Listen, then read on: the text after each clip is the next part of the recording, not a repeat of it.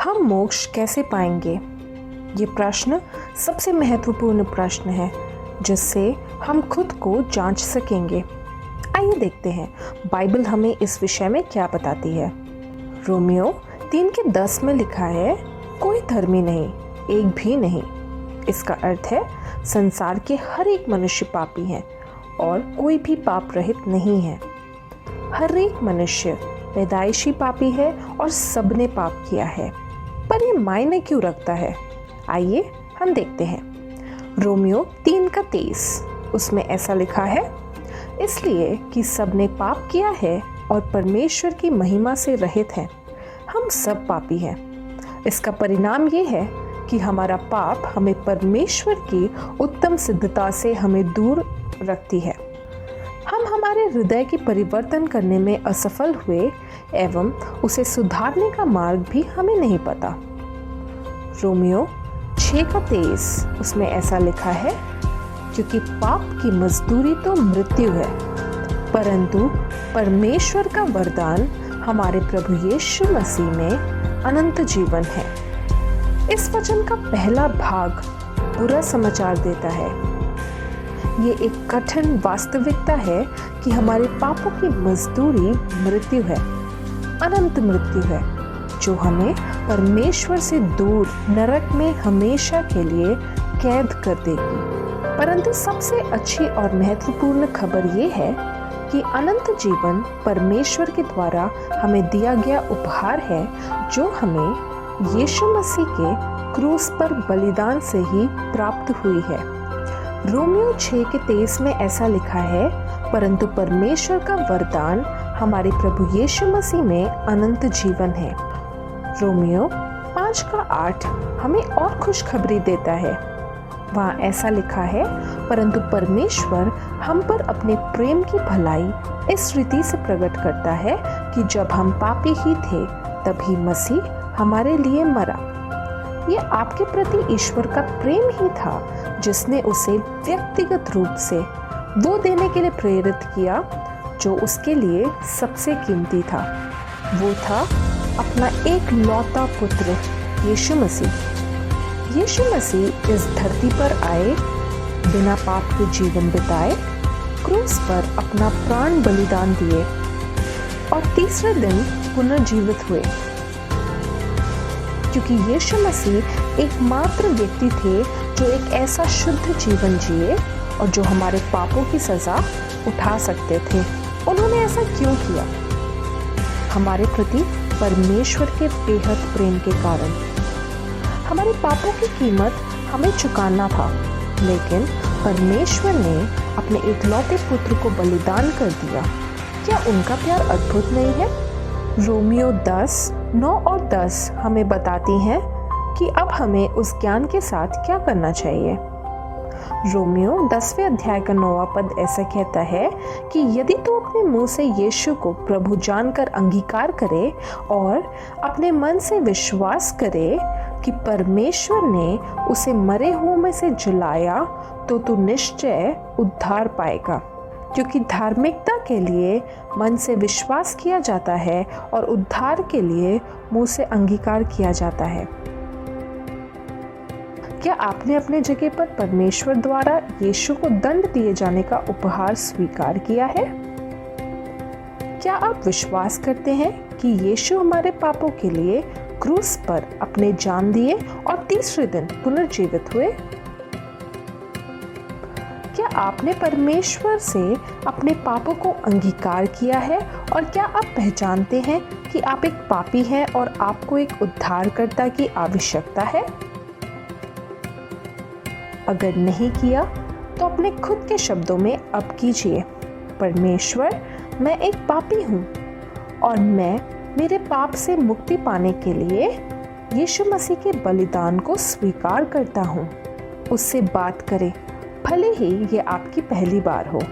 परमेश्वर आपके साथ एक रिश्ता चाहते हैं और इसकी शुरुआत आपके उद्धार के लिए यीशु पर भरोसा करने से होती है। आप कैसे जान सकते हैं कि आपने सचमुच उद्धार पाया है? बाइबल गलातियों की पुस्तक में मसीहों के जीवन में आत्मा के फल के बारे में बात करती है। जैसे सेब के पेड़ पर सेब उगना सबूत है कि वो पेड़ सेब का पेड़ है, वैसे ही एक सच्चे मसीही में आत्मा के फल पाना या दिखना ही उसका सबूत है। अपने जीवन को जांचें और अपने आप से पूछें कि क्या आप इनमें बढ़ रहे हैं? प्रेम, आनंद, शांति, धीरज, दया, भलाई, विश्वास, नम्रता और आत्मनियंत्रण। गलातियों 5 के 22 और 23 पदों में इस प्रकार से लिखा है, पर आत्मा का फल प्रेम, आनंद, शांति, धीरज और दया, भलाई, विश्वास, नम्रता और संयम है। ऐसे कामों के विरोध में कोई व्यवस्था नहीं। सच्चे विश्वासियों के जीवन में अगला कदम बपतिस्मा है। प्रेरितों के काम 2 अध्याय के 41 पद में इस प्रकार से लिखा है, अतः जिन्होंने उसका वचन ग्रहण किया उन्होंने बपतिस्मा लिया और उसी दिन 3000 मनुष्यों के लगभग उनमें मिल गए। ये वचन हमें बताता है कि लोगों को वचन मिला, वो जीवन बदल देने वाला वचन था और फिर उन्होंने बपतिस्मा लिया। लेकिन बपतिस्मा हमें नहीं बचाता, ये केवल एक सार्वजनिक घोषणा है कि हमने अपना जीवन यीशु को समर्पित कर दिया है। आज्ञाकारिता का ये कार्य मसीह में विश्वास रखने के बाद होना चाहिए। उद्धार पाने के बाद बपतिस्मा पाने का सुंदर वर्णन रोमियो 6 अध्याय में दिया गया है। रोमियो 6 पद 3 और 4।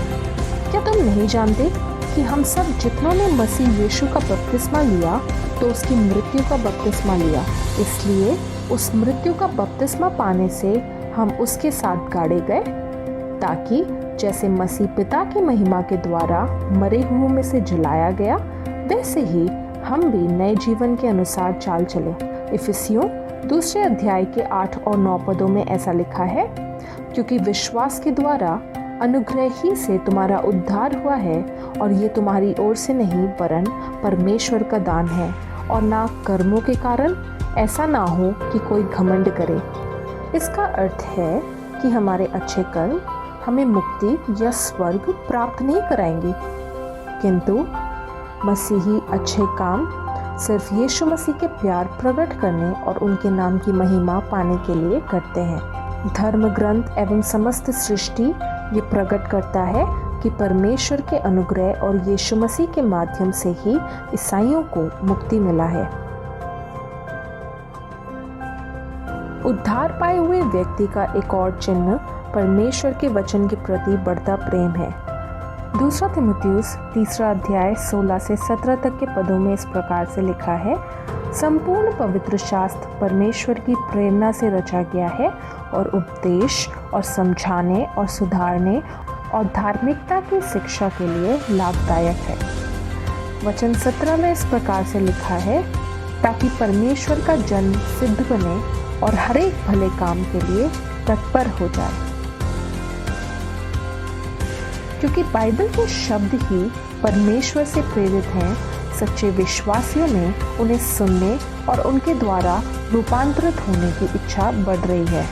याकूब 1 अध्याय 22वें पद में इस प्रकार से लिखा है, परंतु वचन पर चलने वाले बनो और केवल सुनने वाले ही नहीं, जो अपने आप को धोखा देते हैं।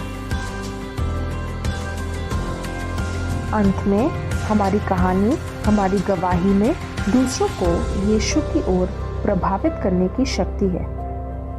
ईसाई दूसरों को ये बताने की इच्छा रखते हैं कि यीशु ने उनके लिए क्या किया है। रोमियो 1 के 16 पद में इस प्रकार से लिखा है, क्योंकि मैं सुसमाचार से नहीं लज जाता, इसलिए कि वो हर एक विश्वास करने वाले के लिए है, पहले तो यहूदी फिर यूनानी के लिए उद्धार के निमित्त परमेश्वर की सामर्थ है। इससे अधिक महत्वपूर्ण कुछ भी नहीं है।